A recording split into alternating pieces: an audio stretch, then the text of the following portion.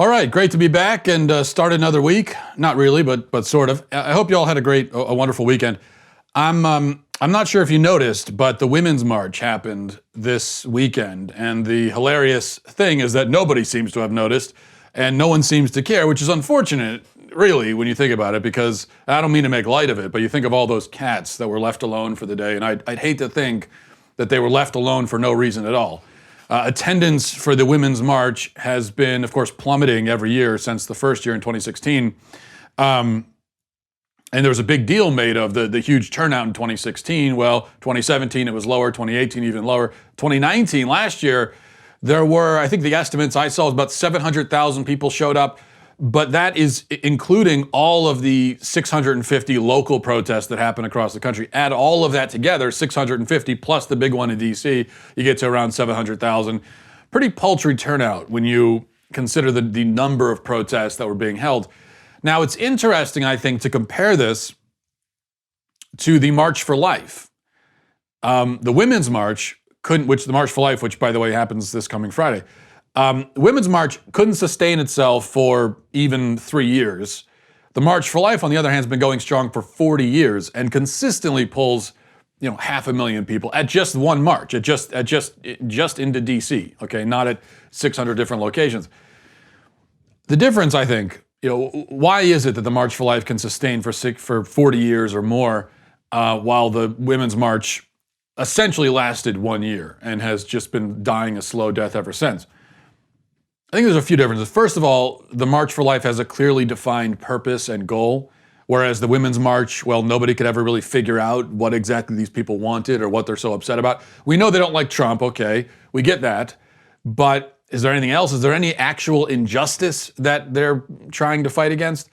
And then the other thing is that the March for Life is full of young, vibrant, energetic, positive people. And if you go to the March for Life, that's the first thing, if you've never been, it's the first thing that jumps out at people when they go is, number one, everybody's so young here. Number two, everyone's so happy. They're determined. There is a certain righteous anger at the injustice of abortion, but there's also an optimism and positivity there, as opposed to the Women's March, which is full of, well, this. The patriarchy, Donald Trump, Mike Pence, white supremacy, racism, misogyny, homophobia, transphobia, capitalism. That's, an angry, bitter 50-year-old woman in neon hair shouting obscenities into the void is really the perfect encapsulation of modern feminism in the year 2020. That's what feminism is right there. What you just saw, that's it. That's all feminism's got. And it's also the perfect encapsulation of why nobody wants anything to do with these people and why no normal person would want to show up at a march with them. And that, I think, brings us to the biggest difference between the March for Life and not just the Women's March, but most other political rallies that you see. The big difference is that the people at the March for Life are there to defend the rights of other people. Okay, nobody is there for a selfish reason. Nobody is there demanding something for themselves. There's not anything wrong in principle with rallying or marching to defend your own rights. Nothing wrong with that. But I think it always seems profound to me and pretty beautiful that at the March for Life, that's not what people are doing. They're not defending their own rights. They're defending the rights of other people. Everyone is there to speak for and on the behalf of humans who cannot speak for themselves. It is then a fundamentally selfless event, and it's precisely, I think, what motivates and attracts people to it. Ironically, or maybe counterintuitively, the fact that you're not going for yourself is exactly why people want to go. Okay, much else to discuss today, but first, a word from ZipRecruiter. It's so important if you're a business, obviously, to hire the right people. But these days, probably like it's always been, but especially I think these days, it can be really difficult, and every employer knows this, whether you're a big company or small company or anything in between, you know how difficult it can be to find the right people. And that's where ZipRecruiter comes in. ZipRecruiter sends your job to over 100 of the web's leading job boards, but they don't stop there. With their powerful matching technology, ZipRecruiter scans thousands of resumes to find people with the right experience and invite them to apply for your job. As applications come in, ZipRecruiter analyzes each one and spotlights the top candidates so you never miss a great match. ZipRecruiter is so effective that 4 out of 5 of employees who post on ZipRecruiter get a quality candidate through the site within the first day. I think that the success rate there is so enormous that I just have to reiterate that 4 out of 5 employers who post on ZipRecruiter get a quality candidate through the site within the first day. And right now, my listeners can try ZipRecruiter for free at this exclusive web address, ziprecruiter.com/Walsh. That's ziprecruiter.com/Walsh, WALSH, ziprecruiter.com/Walsh. ZipRecruiter, the smartest way to hire. Now, okay, so I really want to begin today with, I guess it's too late to begin, I've already started, but I want to talk about a story that went viral last week, but that's already been abandoned by the media, certainly, and by most people. We've moved on to other things, and you know, this is the game that the media loves to play. They send a story massively viral, get everybody talking about it, or talking about, rather, one version of it, and plant that version into people's heads, and then move on. Move on quickly, and especially move on quickly once the real facts start coming out. You're dropping that to the side and saying, oh, look over here, there's something else to talk about. Here's point to another shiny object for people to focus on, so that the impression of the story you gave them stays in their heads at the back of their mind while they move on to something else. And usually I think people in my position let the media get away with this game, following their lead about what to talk about, because we don't want to be seen as discussing yesterday's news or being irrelevant. Fortunately, though, I don't especially care about being relevant. Irrelevancy doesn't bother me that much. So I want to go back to ancient history of 5 days ago and discuss this. You may remember seeing this story online about a girl who was supposedly expelled from a Christian school simply for having a rainbow cake on her birthday. That was the narrative. Narrative is very simple. Evil Christian school expels innocent student for something as silly as a rainbow cake. Evil Christian school is so paranoid and so homophobic that even something as innocuous as a rainbow decoration on a cake sends them into a tizzy. That was the story. Now, to refresh your memory, here are some of the headlines from the mass media about this story. NBC, Christian school expels teen after rainbow sweater and cake were deemed lifestyle violations. Huffington Post, Kentucky teen expelled from school for rainbow shirt and cake, mom says. The Today Show, Christian school expels teen after she poses with rainbow birthday cake. Washington Post, Christian school expels teen after she posed with rainbow birthday cake, mother says. CBS, Christian school expels teen for rainbow sweater and birthday cake that violate, quote, Christian values. So you get the idea. Some of these headlines at least put on the little addendum of mother says or according to mother. Some of them don't even put that on there. They just report it as fact. CBS just reports as fact. This kid was expelled for this reason. Now let me actually take one of these articles, the CBS one, and I'll read to you how they frame the story in the article. It says, a teenager from Kentucky celebrated her 15th birthday last month by blowing out the candles on a rainbow cake while wearing a rainbow sweater. After her mother posted a photo from her birthday party on Facebook, the teen was expelled from her Christian high school. Kayla Kenny was a freshman at Whitefield Academy, a private Christian school in Louisville, until she was expelled last week. Her mother said the school called her daughter's sweater and cake lifestyle violations. Kenny's mom, Kimberly Alford, told the Louisville Courier-Journal that she received an email from Whitefield Academy's head of school, Bruce Jacobson, expelling her daughter. He wrote that the picture she posted on Facebook demonstrates a posture of morality and cultural acceptance contrary to that of Whitefield Academy's beliefs. While the rainbow flag is a symbol of LGBTQ rights, Alford said that When she ordered the cake, the design was described as having assorted colors and was not meant to have a deeper meaning. Wow. Pretty horrible, right? I mean, it seems horrible. If you're frankly stupid enough to still take these kinds of stories at face value, which unfortunately lots of people are, it seems. But there is no excuse to be that stupid anymore. There is no excuse to be so gullible as to hear some kind of outrageous accounting of an event from the media and assume that it must be exactly as the media portrays it. And that's in fact what I said last week when somebody emailed the show and asked me what I think about this story and what's my take on it. I said, well, based on the version the media is giving us, sounds like this girl suffered a horrible injustice. But I'm not going to simply believe that version. Yes, that version says that the school did a horrible thing. But that version I'm not going to believe because there's almost certainly another side to this story. And sure enough, there is another side to it. And we'll talk about that other side in just a minute. But first, a word from Rockauto.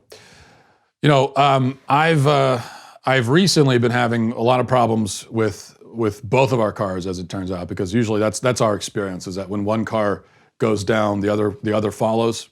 It's a rule of the universe. And one of the problems is, when you're having trouble with your car and you go to an auto parts store and you're looking for the part that you need, they're going to give you the runaround. And a lot of times they're going to end up just going online and ordering for you the part that you need because they never have it in stock. That's why you need rockauto.com. If you need to work on your car and you need a part, don't waste your time and go to an auto parts store. Go to rockauto.com. Rockauto.com is a family business serving auto parts customers online for 20 years. Go to rockauto.com to shop for auto and body parts from hundreds of manufacturers.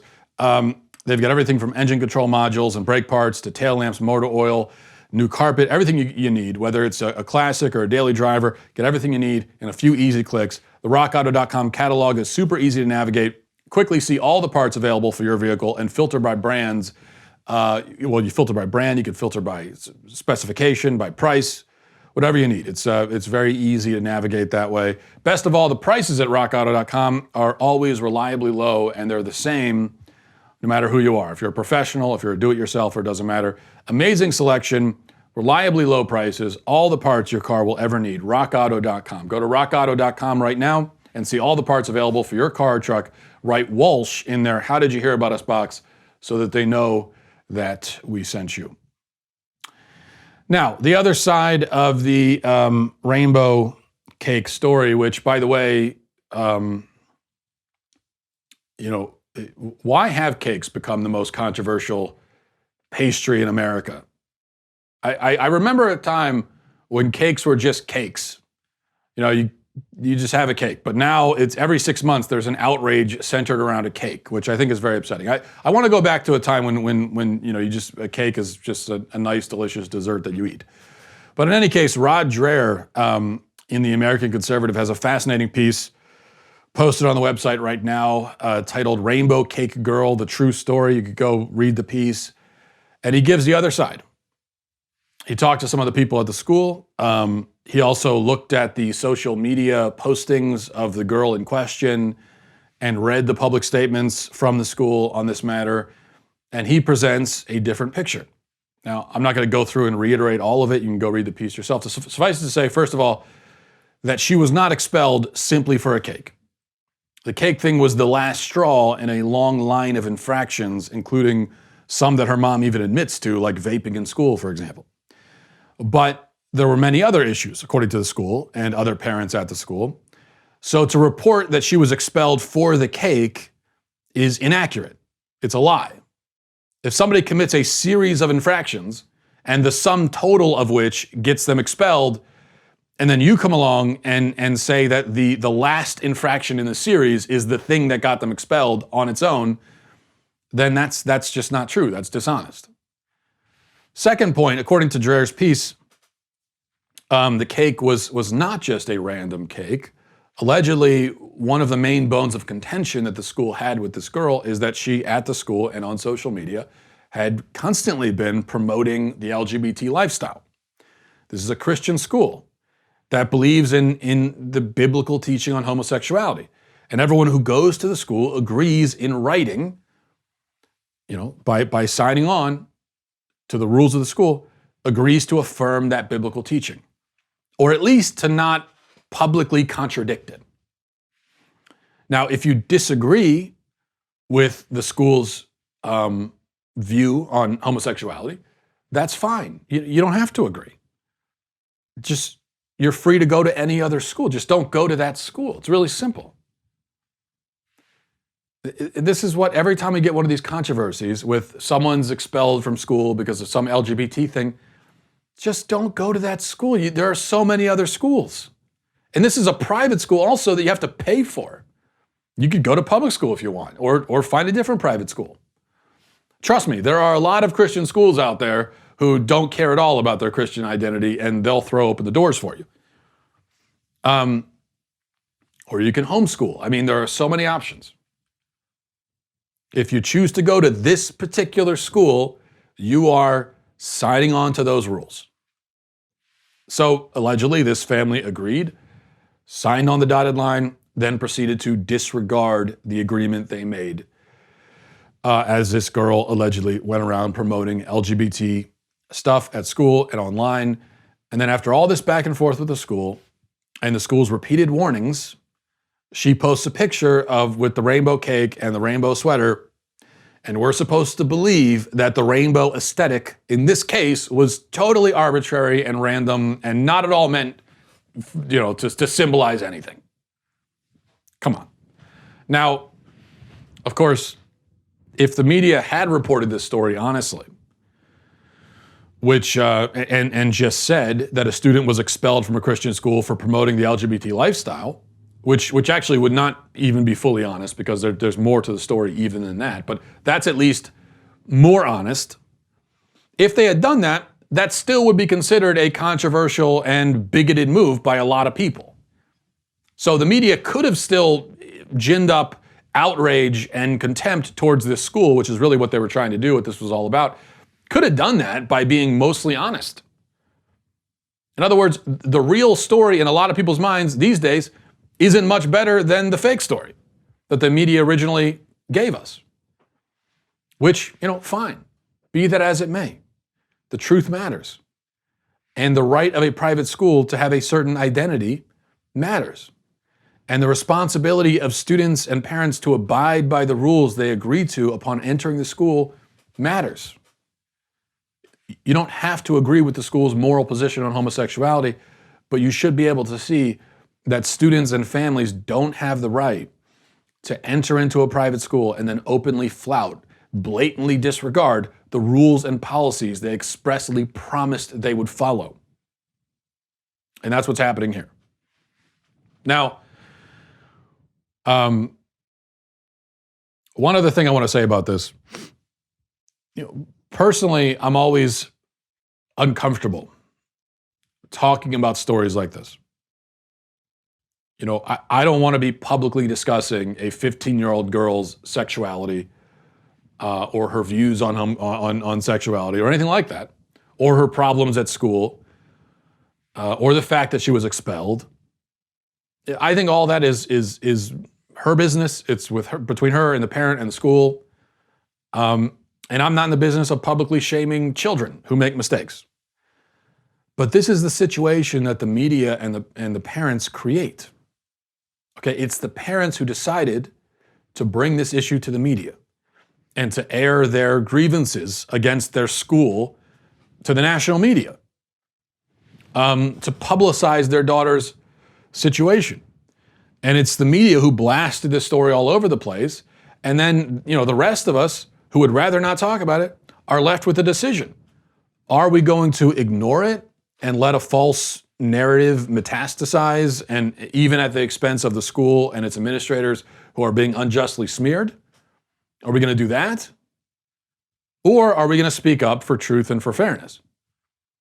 If the latter, which is what I favor, then we're forced to discuss aspects of a kid's private life, which again is entirely on the parents and the media for creating this situation. Because really, we're so used to this these days, this kind of thing, that I think we don't even give it a second thought anymore. But there's no reason, taking all the LGBT stuff out of it. I mean, whatever. A girl gets expelled from her school. There's no reason why that is national news. No reason. No reason why NBC and CBS need to be covering it. No reason why thousands, hundreds of thousands, if not millions of people online need to be chiming in. It's not national news. It has no national relevance. This is something that happened in Louisville, Kentucky. And if you don't go to that school and you're not in that community, it has no relevance to you, doesn't affect you. You have no insight into the situation, because it is a controversy between individuals in a particular place. So you don't know anything about the situation. You can't know anything about it. You couldn't possibly have anything worthwhile to add. And so that's why this shouldn't be national news. And that's why in the past, prior to the internet, we would never hear about something like this. If you were in the community, you'd probably catch wind of it, but certainly if you went to the school, you would know about it. But then that's okay, because you're close to it. You're close to it. So it does affect you in some way. It's certainly something that you're around, and you might actually have some insight into it because you know the people concerned, and all that kind of stuff. But if you were, if this happened in Louisville, Kentucky, and you were living in Jersey City, you would just never hear about it. And you would go about living your life. But now, these personal issues, these small, localized personal issues become national news, and everyone butts in, and nothing good can come of it. And that's why it frustrates me and makes me angry, especially to see parents encouraging this. Even if you think that your kid is in the right, even if you think your kid's a perfect little angel, why would you want millions of people to know about this? See, if it were me and my kid were expelled from school, I'm not going to put it online. I'm certainly not going to publicize it myself. And if the media comes to me for some reason and asks me about it, I'm going to have no comment. I'm going to say, leave us alone. This is, this is nothing, this doesn't concern you, CBS. All right, let's read some emails. By the way, while I pull up these emails, I wanted to mention I watched The Force Awakens with my kids on Saturday. First time I've seen it. I think it's maybe a known fact about me at this point that I'm not a big Star Wars fan, but my sons are major into Star Wars now. I don't know how it happened. I tried to shield them from the fate of becoming a Star Wars fan, but it against my wishes, they become obsessed with Star Wars. It's like almost something evolutionary, something clicked in their minds, and all of a sudden they're running around the house with lightsabers. Which, side note to the side note, on Friday, my son says to me, he says, "Daddy, I want to be a Jedi when I grow up." And I said, "Oh, me too. I might not be a big Star Wars fan, but I'd love to be a Jedi." And he said, "But you're already grown up, and you're not a Jedi." And I said, Yeah, that's true. Daddy, you failed." Yes, I did. In so many ways, son. In so many ways. Kids always know how to lift your spirits like that. But anyway, so I watched the movie, and I'm at the age of 33 now, and I'm just now getting acquainted with the Star Wars universe. So I have only 2 questions I wanted to throw out there, and maybe you can email your answers to me, because I really am curious. First of all, and this was bugging me the whole time I'm watching the movie, are people drawn to the dark side because they want to wear the cool helmets and masks? I've noticed a real deficiency with the good guys when it comes to cool helmets and masks. Why is it that only the bad guys wear them? It seems like anyone could wear and they wear them when they don't need to.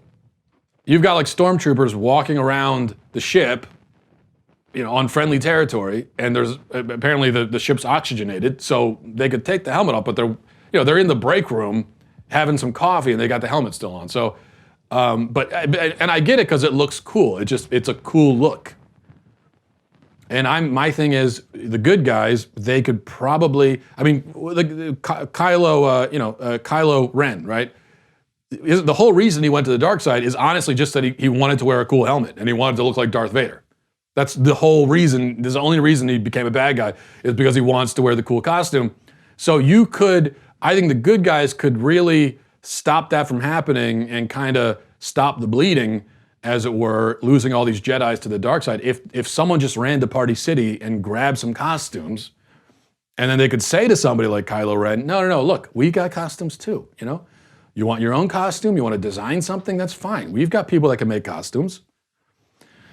And then my second question, and this bugs me the most, and this honestly might be one of the main reasons I never got into Star Wars.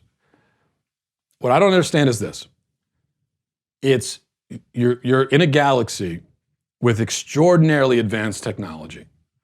We're talking so advanced that just your average commuter ships can go the speed of light. The Millennium Falcon is in a junkyard, and it can go the speed of light, or go faster than speed. Not only that, but isn't it Han Solo crashes the ship in The Force Awakens, crashes it while going the speed of light, and no one even gets a bruise. So these are ships that can not only go that fast, but are made of some kind of material that is literally indestructible. That's the kind of technology you have. On top of that, you got robots that can pass the Turing test. They're conscious. C-3PO appears to be conscious, right? He has thoughts and feelings. Okay, really advanced technology. And yet you're using swords. A lightsaber is a glorified sword. It's a laser sword. All of this technology, and you're using a sword to fight people. You're telling me you couldn't come up with a weapon that would make that sword irrelevant? And if a guy comes at you with a laser sword, you could just shoot him, right? And that'd be the end of it. Now, I know you're going to say, oh, well, they could block you see in the movie, they block the lasers with their sword. Yeah, that's because the laser guns, the lasers that come out of the lasers and the laser guns are super slow. You see how slow those lasers are? They go at the speed of a Nerf bullet. At most, they go the speed of a fastball, of maybe a minor league fastball. And that's why they're so easy to block. And everyone gets on the stormtroopers case when they say, and I've heard this before about how the joke is the stormtroopers can't hit anybody, and they got the worst aim in the galaxy. But the reason is that the lasers are going so slow, so they're easy to dodge. So why not make a gun with a laser that goes the speed of an actual laser? And in lieu of that, just get a regular gun, like a sawed-off shotgun, and you could kill every Jedi in the galaxy, no problem. So that's my thing. I don't get it. It would be like if I made a story about a future world with super advanced technology where, everybody in their home has a 4D 50 feet TV screen that's about is about the width of a postage stamp, and all, holograms and virtual reality, yet we're still using VHS tapes. It just doesn't make any sense. And it bothers me. All right, let's go to emails. This is from mattwalshshow@gmail.com, mattwalshshow@gmail.com. This is from Jonathan, says, Future Supreme Overlord Walsh, I was listening to your podcast today about forgiving student loan debt and how it is conceptually no different than forgiving any other kind of debt, but why does having debt make someone more deserving? I don't see how a person taking on debt for things she can't immediately afford and paying it off later makes him/her more deserving than a guy who made decisions to save money up front and only bought things he could already afford so he wouldn't have to take on debt in the first place. Why wouldn't the logic for forgiving student loan debt make literally everything free from the government? Your future subject, Jonathan. Well, yeah, Jonathan, that's exactly the point. There's no reason to favor, to give a special privilege or benefit or entitlement to people who haven't paid off their student loan debt. And that's what we were talking about on Friday. First of all, there are a lot of people have debt in this country. Most people do. Most adults do. Whether it's car loan debt or credit card, mortgage, most people have all those things. And if you're going to start forgiving debt, why not forgive that? Or why not go the other way? If you got $1 trillion to to throw around. Why not reward people who already paid off their debts? So that's just one of the problems with the student loan forgiveness idea. This is from Laura, says, hello, Matt, Supreme Leader of the World. I come to you to have my husband's bacon judged. He says that today it is perfect, but you, as the all-knowing, will be able to tell me if it is or not. I have attached a picture for you. Okay, Laura, perfect bacon, you say. Well, pride cometh before the fall, but let's see here. Let's take a look at it. This is the, let's put the picture up on the screen. This is the supposedly perfect bacon. There it is. Okay. So I think I get it now. Your husband meant that this is the perfect example of terrible bacon. I think that's what he meant to say. I'm going to assume that's what he meant to say, because that would make sense in that context. Yeah, okay, so the coloring is okay. The actual cook on the bacon is okay. I'm not liking the color at the top left corner there. You see that bacon? That piece is much darker than the rest, so the incongruity, the lack of symmetry there is very troubling to me. Then at the very bottom, you've got that horizontal piece that looks sickly and looks like it has yellow fever or something. So that's a problem, but all of that, would only knock this bacon down to about a C+. So if I'm just going based on the cook and the color, I'm gonna say C+. Not bad, also not great. The thing that drops it the rest of the way to an F and becomes grounds for deportation is the most obvious thing of all, is the mangled, twisted, contorted shape of the bacon itself. So what was your husband doing? Was he torturing the bacon to get it to talk? I mean, it's already dead. Someone let him know. It doesn't have anything to tell him. What did the bacon do to him that made him feel like he had to draw and quarter it? When someone puts bacon down in front of me, I expect to see strips of bacon. Strips of bacon, not mangled clumps of bacon. A perfectly shaped strip, neatly sitting there, politely waiting for me to eat it. Okay, I want to see bacon that is proud. I don't want to see bacon that's begging me to put it out of its misery. That's my problem. Now, I assume that when you saw this bacon by your husband, your immediate response was to contact a divorce attorney. And I don't blame you for that. And I'm not saying that it would be wrong to divorce your husband for making bacon like this. I mean, certainly legally, ethically, biblically, you would be well within your rights. But look, you got to think about the kids, Laura, if you have kids. If you don't, then get out of there as fast as you can. If you do, you don't want to leave them with a man who prepares breakfast this way. And so I'm sorry that you're going through this in your marriage. And the other thing is, I don't blame your husband. I blame whoever taught him how to make bacon. That monstrous person. And now I fear that he's going to pass that down to his own children. And it's like a curse that will never end. Let's put a stop to it. All right? Glad we could have this talk. This is from Trinity, says, hi, Matt, random topic. Have you ever taken the MBTI personality test? What is your opinion on this type of test? Yes, Trinity, the Myers-Briggs personality test. I did take it and I failed. I got an F- on the personality test. Oh no, actually I haven't taken it at all. I have no interest in taking it. Honestly, I don't understand this obsession people have with taking tests to find out their personality. Like, don't you know your personality? Isn't that the one thing you know most of all in the world is who, I mean, you are a better authority on your personality than anyone else could be. So is it possible that a multiple choice test could provide better information about your personality than direct access to your mind could? But this isn't really about information, I realize.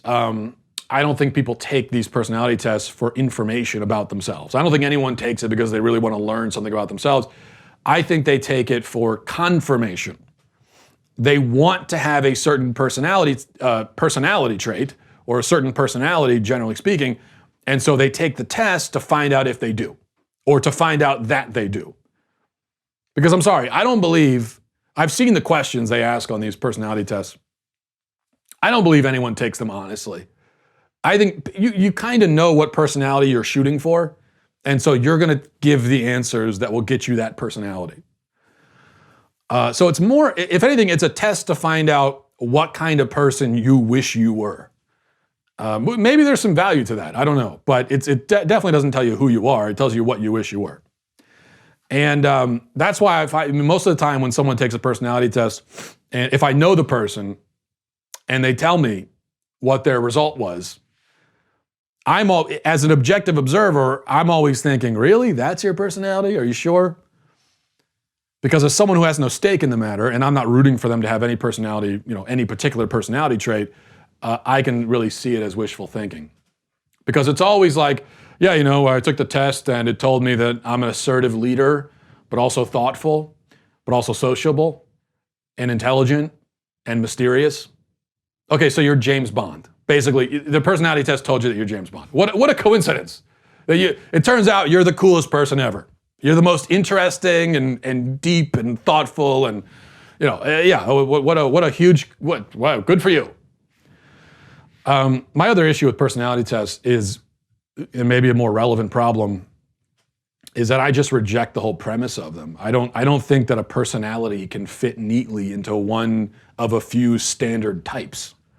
Because the Myers-Briggs test, that's the one that has all the INTJ or whatever, right? So they've got a stable of several personality forms, and I guess the assertion is that everybody fits into one of those labels, and I just don't agree with that. I think that notion of personality is absurd. People are complicated. People change. Personalities change. Personalities also are not this static thing that stays with you your whole life. Gender is not fluid, despite popular notions, but personality is. Personalities can change quite a bit. And so I just don't agree with it. Finally, from Joey says, your argument about not forgiving student loan because what about the people who already paid it back is stupid. So should they not cure cancer because people already died from it? Speaking of stupid, Joey, first of all, the fundamental unfairness to people who've already paid back their loans is just one objection that I have to the student loan, quote, forgiveness. There are many other objections that I went into great detail about. But as far as that one objection goes, your analogy is very bad. And let me explain why. First of all, cancer is not a thing that you contractually agree to and enter into. It's something that happens to you. You are a victim of it. A student loan, on the other hand, is something that you agree to and enter into. You are not a victim of it. It is not something that just happens to you. You don't wake up one day and you've got student loan debt. You don't go to the doctor and the doctor says, oh, I'm sorry to tell you, I know this isn't what you want to hear, but you owe $50,000 to the University of Maryland. It doesn't work that way. I mean, you know it because you went in and not only did you agree to the student loan, but you eagerly agreed to it. I mean, you really sought it out and wanted it, and so you got it. Second thing is, we don't even have the theoretical ability to bring somebody back from the dead, right? So the idea that it's unfair to cure cancer now because it'd be unfair to cancer victims that have already died is ridiculous. But forgiving student loans and refunding student loans that have already been paid back, both of those require the same thing, which is money. Okay, it's not like we've discovered some new cure for student loans. It's just, we always knew what the cure is. It's money. You need money. And if we have trillions of dollars to throw around somehow, then we have the theoretical ability to do both.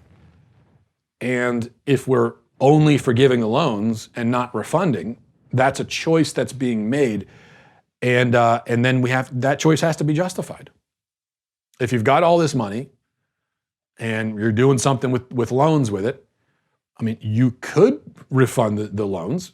It is a theoretically possible thing to do. But according to Elizabeth Warren and these plans that are put forth, that's not part of the plan, and they should have to explain that. So if you want to compare this to an illness or a physical injury for some reason, The analogy would have to be something like there's a disease that causes people after a while to lose their limbs, and eventually someone discovers a cure, but the cure could also regrow limbs as well as stop you from losing them. But then we decide to only give the cure to people who have not lost the limbs yet, rather than giving the cure also to the people who have lost it, because we figure that, well, they've already figured out how to live with, fewer limbs, and so they don't need it. I guess that would be the analogy. But that is also a dumb analogy. It's less dumb than yours, but it's still dumb. Because at the end of the day, like I said, student loans are nothing like a disease at all. It's just not the same thing. And so that's the difference. Hopefully I've explained it well enough. If you're a regular listener to the podcast, you've almost certainly heard me talk many times about my position on the pro-life issue, whether in my podcast, my speeches, or Q&As. This is something I've spoken about many, many times. Abortion is not a reproductive rights issue. It's a parenting issue. Reproduction has already occurred by the time the abortion happens. So this got nothing to do with reproduction at all, as a matter of fact. But since the passing of Roe v. Wade, over 60 million preborn children have been killed in the womb. 60 million children who've never had a chance to give the world their love and to fulfill their potential and bring that into the world as well. And also countless young women have been harmed physically and emotionally, and they've been deprived the gift of motherhood, a gift that they may not see as a gift when they walk into the clinic. But then, of course, the clinic is there to feed upon and take advantage of that fear. And last year, the left went even further off the cliff, passing the New York law, allowing abortions up to birth, and the Illinois law allowing abortion up to birth, including partial birth abortion, which is the most barbaric procedure that you could possibly imagine. And this year, almost every Democratic candidate supports no restrictions on abortion, and Democrats in office have even moved to lift protections on babies who survive abortion procedures, allowing abortion doctors to kill them after birth. We remember the infamous statements of Ralph Northam talking about making a decision after the baby's already been born. And to make matters even worse than all that, pro-life advocates are actively being targeted by the pro-abortion left. This past June, I spoke at a rally in Philadelphia after Brian Sims, the representative there, was harassing pro-lifers, peaceful pro-lifers who were outside of abortion clinics. The Daily Wire has also been targeted. When my boss, Ben Shapiro, spoke at the March for Life last year, our advertisers were targeted by left-wing media watchdogs, and several of them pulled their ads from our program because he was speaking at the March for Life. This wasn't the first time, nor will it likely be the last time that we are attacked in an attempt to shut down pro-life voices. We're also not the only targets, of course. Live Action is one of the biggest voices in the pro-life movement. They continue to do some of the most important work in that space, from raising awareness and education on the abortion issue to undercover videos that expose Planned Parenthood and other abortion clinics for the horrific human rights abuses that they are responsible for. Live Action has been targeted numerous times on social media. They've been banned from advertising on Twitter for their calls to defund Planned Parenthood. They've been banned from Pinterest altogether for, quote, spreading medical misinformation, which is not misinformation at all, by the way, but is in fact information. These are facts that they are spreading. They've also seen their advertising efforts and their online distribution restricted, depending on the platform. So this has happened across the board for them.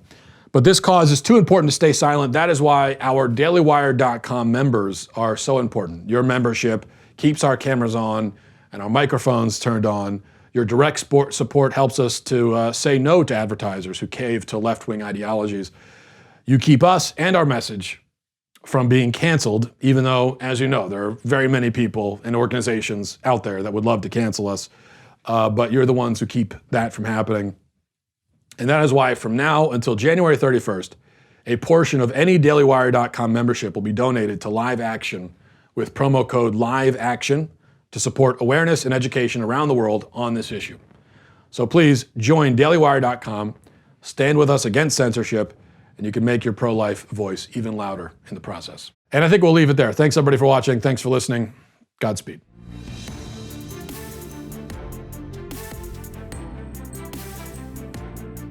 The Matt Walsh Show is produced by Sean Hampton, executive producer Jeremy Boring, senior producer Jonathan Hay, supervising producer Mathis Glover, supervising producer Robert Sterling, technical producer Austin Stevens, editor Donovan Fowler, audio mixer Robin Fenderson. The Matt Walsh Show is a Daily Wire production, copyright Daily Wire 2020. President Trump's impeachment trial is about to begin, but the most important story of the day isn't the Senate charade to acquit the president. Our political rot runs all the way back to the motherland, where Queen Elizabeth is about to deroyal Prince Harry and Meghan Markle. We will examine why, with great power, comes great responsibility. Then the Women's March flops, Elizabeth Warren continues her months-long campaign collapse, the New York Times comes out with its presidential endorsement, and we get the dumbest article on the internet today. Check it out on The Michael Knowles Show.